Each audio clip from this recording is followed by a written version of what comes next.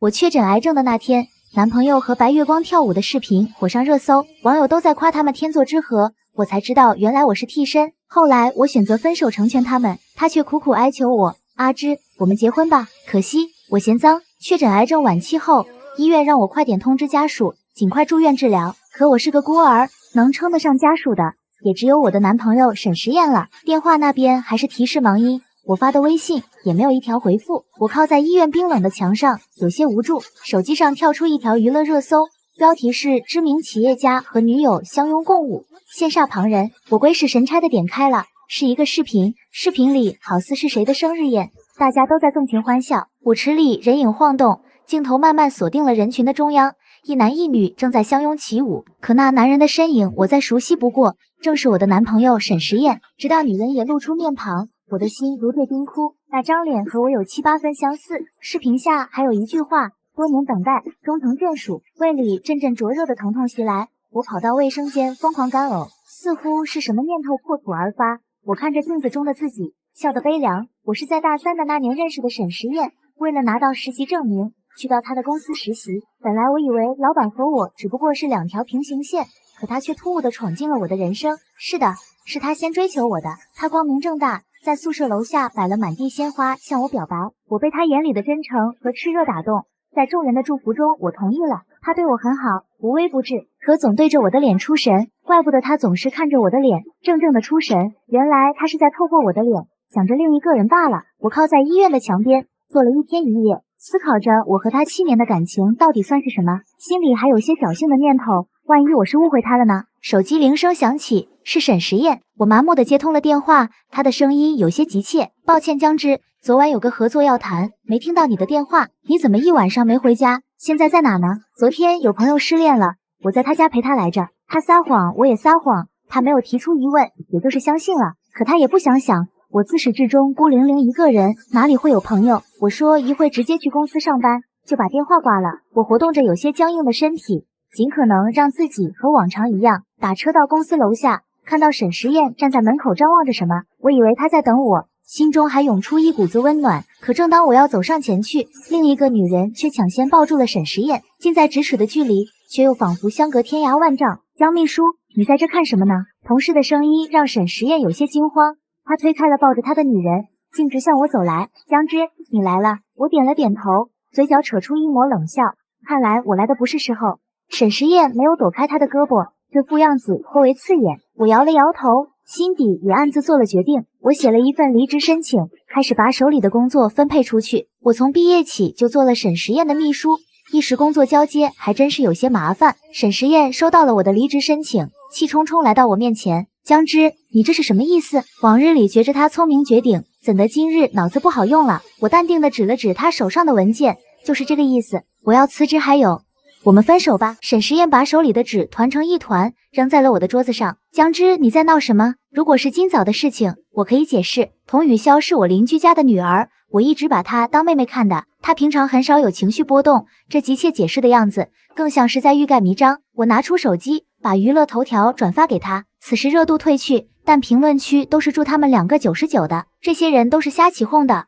我们在一起7年了，你要相信我。昨晚我真的是去谈合作的，晚上钉钉的事情，他却冠冕堂皇的让我相信他。我嘴角勾起一丝弧度，可是我真的是一个傻子吗？沈时宴，那我们结婚好吗？我们在一起7年了，这不知道是我第多少次向他求婚了，每次都被他用各种理由搪塞过去。我其实也没有那么恨嫁，可他忽冷忽热的态度，无端助长了我对这件事的执念。现在看来，他不过同我一样，在等着白月光回头罢了。江芝，我还没准备好。我看着他犹豫的模样，只觉着此时的我好像更可笑一点，胃里开始泛起阵阵疼痛，我强忍着不显露出来。如果我说这是我们最后的机会呢？沈时宴，我要死了。江芝，别再胡闹了，还是这句话，我都已经听腻了。不知道为什么，我的诉求落在他的眼中就成了胡闹。沈时宴，那我问你，你当初疯狂追求我，是因为那个女人吗？他凝视着我的双眼，许久，说出了一句话，是。房间中气氛凝重，安静如斯。这时，办公室的门被打开了，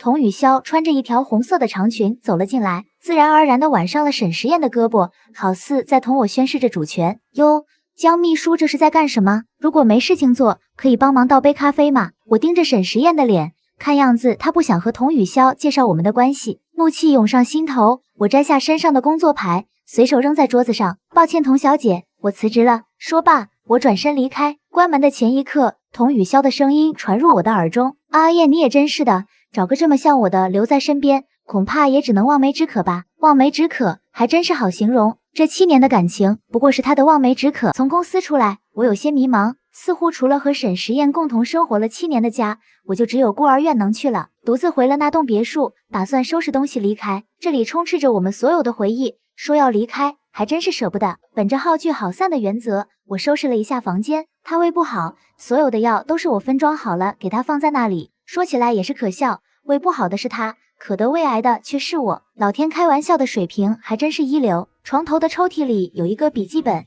沈时宴时不时的会翻翻看，我一直以为是他的备忘录，也就没在意过。我鬼使神差的拿起了笔记本，一张照片从中间掉了出来，是他和童雨潇的合影。女人笑得张扬明媚，男人的眼神温柔宠溺。我捡起照片，发现边角早已经泛黄，是时常摩挲翻看留下的痕迹，背后还写着一行字：潇潇无碍。心口开始刺痛，没想到晚晚泪倾这样的事情也会发生在我的身上。笔记本里还有他的日记。公司来了个实习生叫江之，他长得和潇潇好像，可潇潇结婚了。我想若是没有潇潇，那江之也可。果然小女孩都喜欢公开场合表白，曾经没能对潇潇做的事情，在江之身上实践了。他答应我的那一刻，好像是潇潇在答应我一样。江之跟我求婚了，可我始终还念着潇潇，我希望他能回来。我终于等到了，潇潇今天离婚了。看到这里，胃中一阵翻滚，我赶忙跑进了卫生间。是胃癌使然，可人也是真叫我恶心。我拿着四处炫耀的表白场面，在他那里不过是一场遗憾。我满怀爱意的求婚，他却想着白月光还能不能回来。早上没有吃饭，其实根本吐不出来什么东西。低头发现鲜红的血液在白色的洗手台上格外刺眼，像童雨潇的烈焰红唇，亦或是那条张扬的红色裙子。我的心被刺痛的逐渐麻木，打开水龙头将血迹都冲了下去。此刻我的脑子里只想离开，仿佛多待一刻都有人在掐着我的脖子，让我感到窒息。住了7年的房子，一个行李箱就装下了我所有的东西。正当我拎着行李箱下楼的时候，别墅的门被打开了。我站在楼梯上探头望去，依旧是2人相拥着走进来。童雨潇在客厅里四处张望着。阿燕，这个吊灯不是我说过很喜欢的那个吗？这个茶几也是，你是不是一直在等我回来啊？装修完一直想带你过来看看，可惜你结婚出国了。女人的语气有些撒娇，男人放任着她，宠溺着她。我环顾四周，原来这不是我的爱巢，是他的回忆哭。心尖上传来密密麻麻的酸痛。童雨潇拿起了茶几上的一堆陶偶，放在眼前细细端详着，然后喜笑颜开。阿燕，你什么时候做的？这个小陶偶长得和我真像，想你的时候，他亲口承认的样子，让我心中最后的支撑轰然倒塌。童雨潇和我有7分相似，做成陶偶这种抽象的东西，其实感觉都差不多，唯独不同的是我眼角有一颗泪痣。我记得那年我过生日，沈时宴带我去做陶艺，我真的开心坏了，看着他手里捏出我的样子，心里感觉被幸福填满。可最后上色的时候，他却忘记在小人的眼角点泪痣，我还和他发了脾气，他说只是不小心忘记了，让我别胡闹。后来他时不时的拿在手里观赏，我以为是他爱我，没想到那根本就不是我。胃里泛起一股剧烈的疼痛，我忍不住扶着楼梯蹲了下去。此时他们才注意到，原来屋子里还有别人。江秘书，你怎么在这里？童雨潇故作诧异的声音在别墅里回荡着。原来沈时宴还没有介绍我们的关系。沈时宴，你说呢？你说我为什么会在这里？我看着沈时宴，还抱着最后的侥幸，希望他能承认。可他沉默了，在童雨潇的面前，他说不出和另一个女人是情侣的话。我笑了，笑得悲凉，笑得折磨。童小姐，因为我是沈时宴的女朋友，你拿着的陶偶是他照着我的样子捏的。童雨潇拿着它，表情僵在了那里，似乎是没想到我会这么直白。胃中疼痛有了些许的缓和，我缓慢站起身，拖着行李箱走下楼。童小姐，如果你要喜欢就送你了，都是我不要的垃圾罢了。还有恭喜你，我们分手了，这个我不要的男人也给你了。话落，我拖着行李箱朝门外走去，突然沈时宴拉住了我的胳膊，我回头看向沈时宴，你心心念念的白月光回来了，还要再纠缠我吗？他眼里是我看不懂的情绪，张了张嘴，最终还是松开了我的胳膊，什么都没说。突然觉着我从未认识过沈时宴，我那7年爱着的只是一个虚幻的泡影罢了。拎着行李箱走在大街上，孤独感瞬间将我裹挟。手机里传来提示音，是转账短信，上面提示着本月金额已给到对方账户。自从我上班之后，每个月都会把一半的工资打给孤儿院。我从那里长大。当初院长妈妈不希望我和沈时宴在一起，我和他闹了些矛盾，离开了那里，导致我不敢回去见他，只能通过这些外在之物来弥补我的歉疚。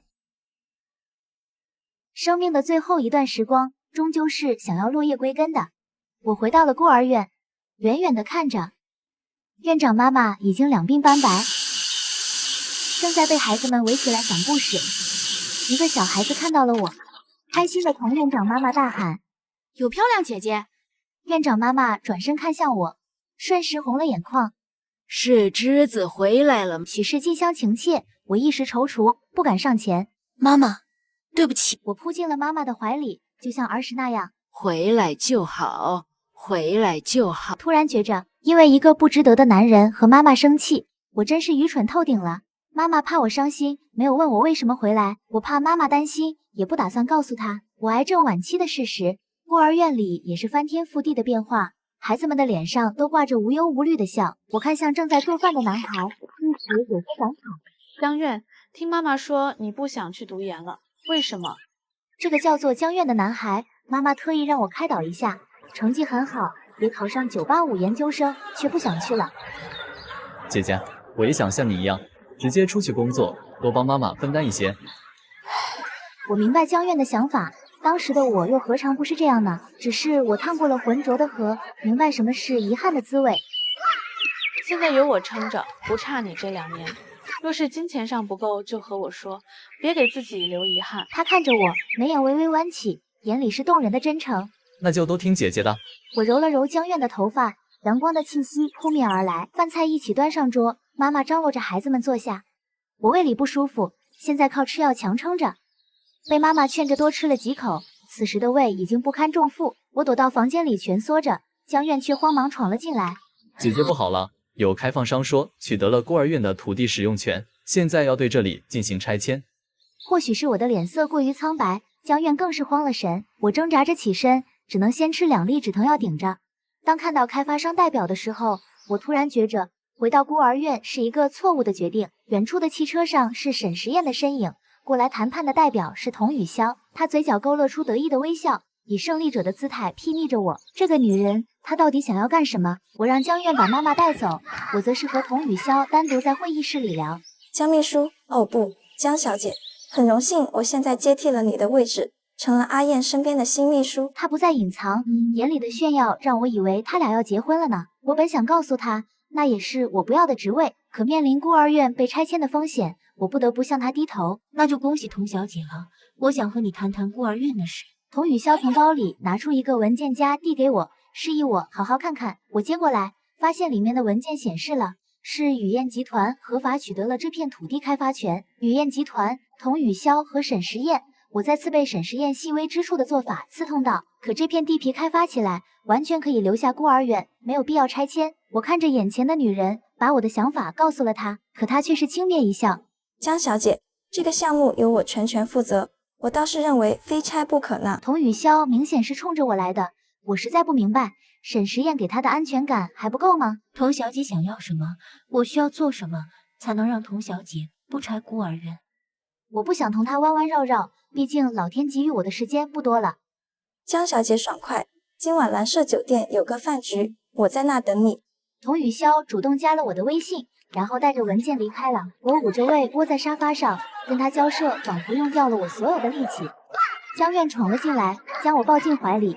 姐姐，是胃癌吗？我有些诧异的抬头看他，想着哪里露了馅。我妈就是胃癌去世的，还有你屋子里的药，我再熟悉不过了。看来我还得把药换个地方藏。阿月，不要告诉妈妈，不能让她担心。江苑红了眼眶，没有点头，也没有摇头，但我相信她会听我的，毕竟妈妈的年纪已经不能经受打击了。今晚我有点事情，你在家照顾好妈妈，孤儿院的事情让她放心，一切我来处理。我简单的交代了一下，没有具体告诉她事实。回到房间换了件衣服，镜子里的我脸色苍白，面颊消瘦，怪不得早上妈妈让我多吃一些，还告诉我不要减肥。妈妈将我当作亲生女儿，我不能害得妈妈无家可归。蓝舍酒店坐落在这座城市最繁华的地段，四周灯火辉煌。我穿了件宽松的长袖连衣裙，尽量掩饰着自己的病态。我给童雨潇发了消息，他发了一个包间号码过来。在服务员的引导下，我来到了包间门口，门内传来男男女女的吊笑声。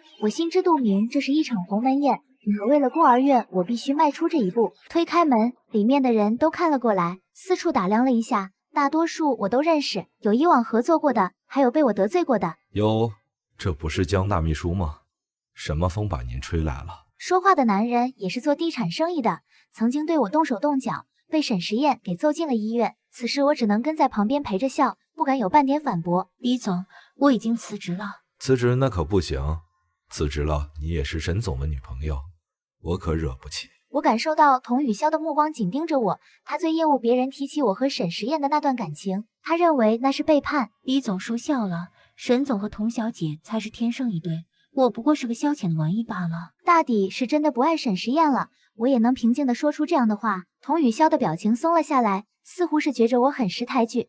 李总，往日我家阿燕身边的秘书不懂事，这不今日就过来给您赔罪来了。说着，他倒了满满一杯酒，递到了我的手里。医生叮嘱过，我的胃癌就是喝酒导致的，让我日后必须戒酒。江小姐犹豫什么？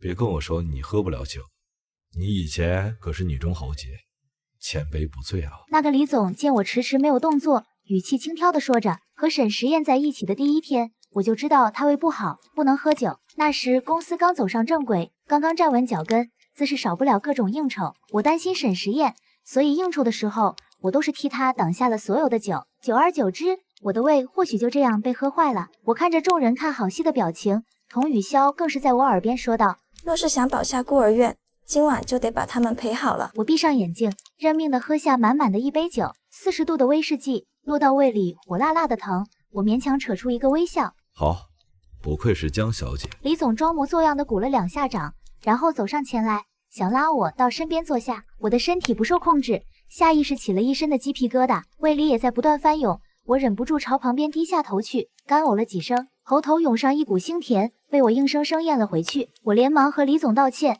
说自己身体不舒服。他虽嘴上没说什么，但掐住我胳膊的手更用力了些。我坐在李总身旁的位子上，已经不知道喝了多少杯，胃里火辣辣的疼，强撑着让自己清醒。看童雨潇迟迟没有提孤儿院的事，我不禁有些着急。童小姐，我们还是谈一下孤儿院的事吧。李总放下手里的酒杯，和童雨潇互换着眼神。此时的我已经双眼迷离了，只有胃里的疼痛在时刻提醒着我。只见李总又在我面前放了几个杯子，取出了一瓶烈性伏特加，把面前的杯子都倒满了。他不怀好意地盯着我的脸：江小姐，你若是能把这些都喝了，我就考虑考虑你的提议。我咬咬牙，明知他不怀好意，可我别无选择。伏特加60度左右，入口便是火辣呛人，一杯接一杯的酒下肚，直到第3杯的时候，我终于忍不住吐了出来，酒液混着鲜血，嘴边还挂了丝丝血迹，胃里疼痛剧烈，口腔和食道都在抗议。我忍不住跪倒在地上，李总还在不断催促着，我实在没有力气从地上爬起来。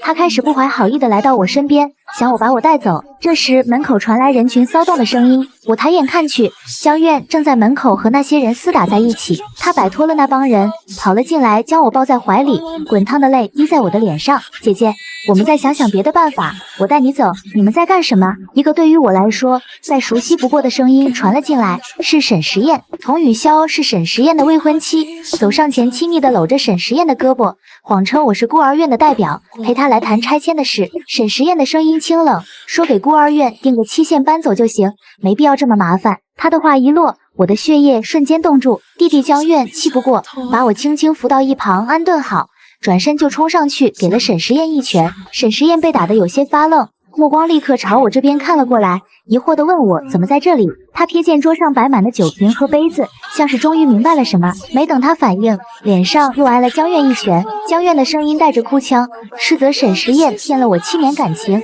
还这样作践我，又说出我得了胃癌的事，质问他明知如此还让我喝那么多酒。我想拦住江苑，可浑身无力，什么都做不了，只能眼睁睁看着眼前的一切。沈时宴慌忙冲到我身边，不顾童雨潇的阻拦，一把将我揽进怀里。他轻轻擦去我嘴角残留的血迹，眼神死死盯着我，追问胃癌是什么意思。我用力挣扎着躲开他的怀抱，喉咙一阵发紧，不受控制的咳了血。我质问他，当初我心疼他，替他挡酒，现在却要这样作践我。沈时宴急着辩解，说他没有，他真的没有想伤害我。沈时宴不停摇着头，一下一下擦着我嘴角的血迹。他站起身，目光扫过周遭的人，最终落在李总之前逼我喝酒的甲方身上。他发了疯似的朝李总挥舞拳头，那是我从来没见过的事态。李总被打得昏死过去，弟弟江苑赶紧上前拦下他，说要尽快送我去医院。沈时宴俯身将我打横抱起，回头看了童雨潇一眼，便匆忙抱着我往酒店外走。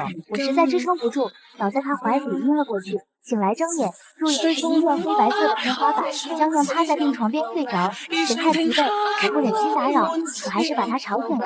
少年醉眼惺忪，见我醒来瞬间面露信心，转身跑出去找医生。无疑，我被医生痛斥了一顿。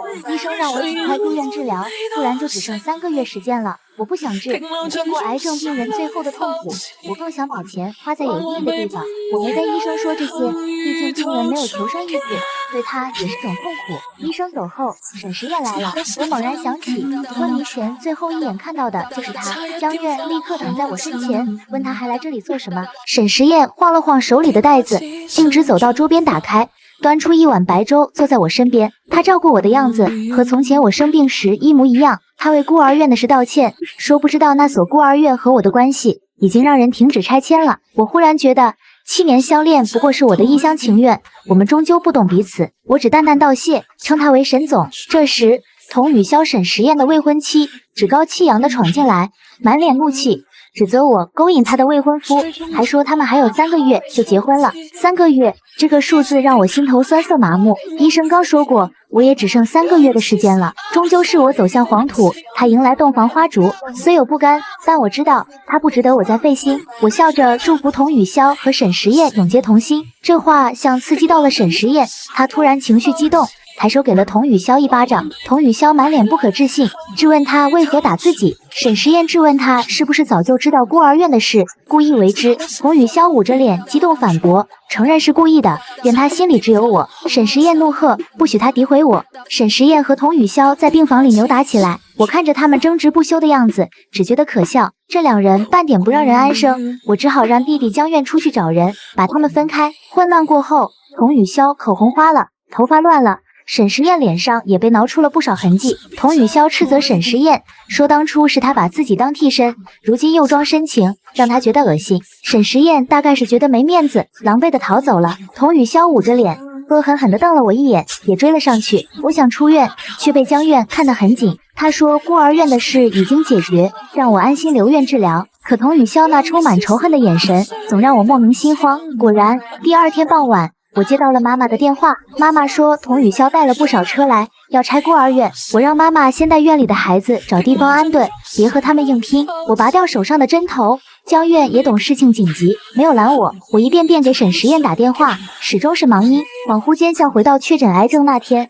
可这次不一样，孤儿院若保不住，我就是罪人。我赶到孤儿院时，童雨潇沈时宴的未婚妻正指挥着推土机往院里开，我实在不敢相信，他竟疯狂到要做出这种事。我冲上前想阻止，可根本无力抗衡。童雨潇走到我面前，又吩咐手下继续动手，还说沈时宴只能是他的。我满心不解，明明我已经离开沈时宴，他为何还这般执着？我跟他说，我和沈时宴早已无关，祝福他们结婚，只求他让手下停下来。天边乌云越聚越浓，傍晚的天色被遮得黑压压的。童雨潇嘶吼着说，沈时宴要取消婚礼，全都是因为我。雷声轰鸣，他紧紧抓住我的胳膊，眼里满是恨意。闪电划过的瞬间，我看到他脸上的伤痕，模样格外吓人。我不懂沈时宴为何要这般行事，也清楚童雨潇已经疯了，祈求无用，只能尽力拖延时间。我紧紧攥住他的衣襟，不让他再发号施令。我劝他明白，没有男人也能好好活。他愣了愣，反驳我说，沈时宴等了他7年。我朝远方望去，路口逐渐有车辆驶入，一群人举着设备朝这边跑来，一路上闪光灯不断闪烁着，在即将到来的夜幕下颇为亮眼。强拆这件事可以违法，也可以不违法，但曝光了多少会受到大众的谴责，所以我找了曾经合作过的记者过来，他们嗅到了头条的味道，将童雨潇团团围住，几个人你一言我一语的，各种长枪短炮都冲着童雨潇的脸。我什么都不知道，不要问我，不要问我！童雨潇愈发疯狂，他在人群中四处冲撞着，他想让工人们继续动手，可眼看事态转变，工人们早已经弃车而逃。江之，我知道你要死了，我就是要你死也不得安生。童雨潇还沉浸在自己的世界里，他这句话正好被赶过来的沈时宴听了进去。沈时宴揪着他的衣领，愤怒地将他推倒在地，然后拳脚相向。此时的沈时宴似乎更疯癫一些，一改往日温文儒雅的形象，活脱脱的成了一个家暴男。你胡说什么？阿芝才不会死！哭喊声、谩骂声充斥在这里。离开医院的时候，我迟迟联系不上沈时宴，这毕竟是雨燕集团的项目，和他这个当老板的不可分割。于是让江苑去公司，或者去他家里找他。我做事一向会考虑双保险。江苑过来告诉我，妈妈听了我的话，带着孩子在附近的酒店安顿下来了。我松了一口气。最终我体力不支，倒在了江苑的怀里。不知道我昏迷了多久，醒来时还带着吸氧的仪器。令我意外的是，沈时宴正在我身边坐着。此时的他胡子拉碴，有些不修边幅，看到我醒了过来，赶忙给我倒了一杯温水，还细心地插了根吸管。沈时宴，我不想见到你，应该是没料到。我醒后的第一句话是在撵他走。沈时宴握着我的手，声音有些哑。阿芝，都是我不好，孤儿院已经保下来了。我用力抽回了我的手，冷漠地看着他。那就多谢沈总。他有些执着，重新抓住了我的手，然后从兜里掏出一枚戒指给我戴上，眼中满是神情，好似要把我溺毙。阿芝，对不起，分开后才发现我早已经爱上了你。阿芝，我们结婚吧。这一次换我主动，我想撬开他的脑子，好好看一看，他凭什么能在事情发生后再毫不顾忌地求我回头。可惜我嫌脏，被童雨潇挽过的胳膊，拥抱过他的怀抱，以及那颗摇摆不定的心，在我面前不过是垃圾堆的废物，肮脏不堪。沈时宴，我嫌脏，你也知道我要死了，我不想死了都不得安生。对不起，对不起阿芝，我知道你的胃癌都是因为我，都是我对不起你。沈时宴的胳膊支撑在病床边，抱头痛哭。我摘下手上的戒指，随手扔在地上。曾经梦寐以求的东西，现在不过是索然无味。沈时宴，你若是真觉着对不起我，就离我远一点。沈时宴慌忙起身捡起戒指，紧紧握住，手还有些颤抖。此时江苑走了进来，我知道他在外边偷听半天了。他揪着沈时宴的衣领，推推搡搡的把沈时宴扔了出去，还顺手捡起地上的戒指，一起扔了出去。姐姐，妈妈那边都已经回去了。我点了点头，挣扎着从床上爬了起来。阿苑，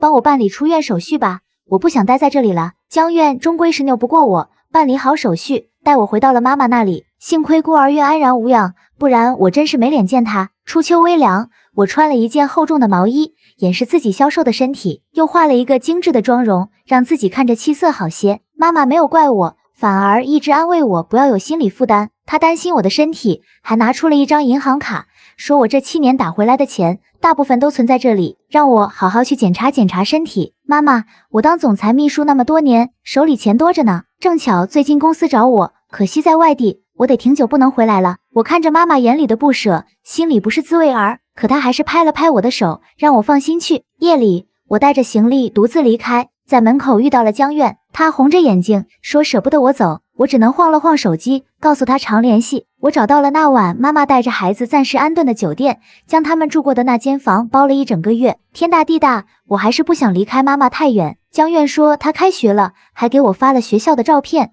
我叮嘱她好好学习。无聊关注着网上的消息，童雨潇丑恶的嘴脸和孩子们的可怜形成鲜明的对比，他被骂上了热搜。这个时候，网友们的言论总是出奇的统一，同仇敌忾。当日沈时宴殴打童雨潇的录像也被爆出，家暴男还真成了他身上的标签。现在2个人被钉在了耻辱柱上，人人喊打。偶尔有照片出来，也都是2个人面容憔悴，或者在当街互殴。这天晚上，我接到了沈时宴的电话，他没有挂断电话，电话那边传来了童雨潇尖细的声音：沈时宴，你疯了，我不想死，我还不想死，这都是我们欠阿芝的，阿芝快要死了，我们凭什么还好好的活着？我察觉到他想要做什么，下意识出声阻止，可他们根本不回应我。紧接着是童雨潇惊恐的尖叫声和巨大的撞击声，电话传来忙音，或许真是看淡生死了。我内心复杂，说不上是什么感觉，只能心中叹息，自作自受罢了。第2日，微博热搜上赫然挂着一条知名企业家和女友开车双双坠崖，命丧当场。还有人把我也翻了出来，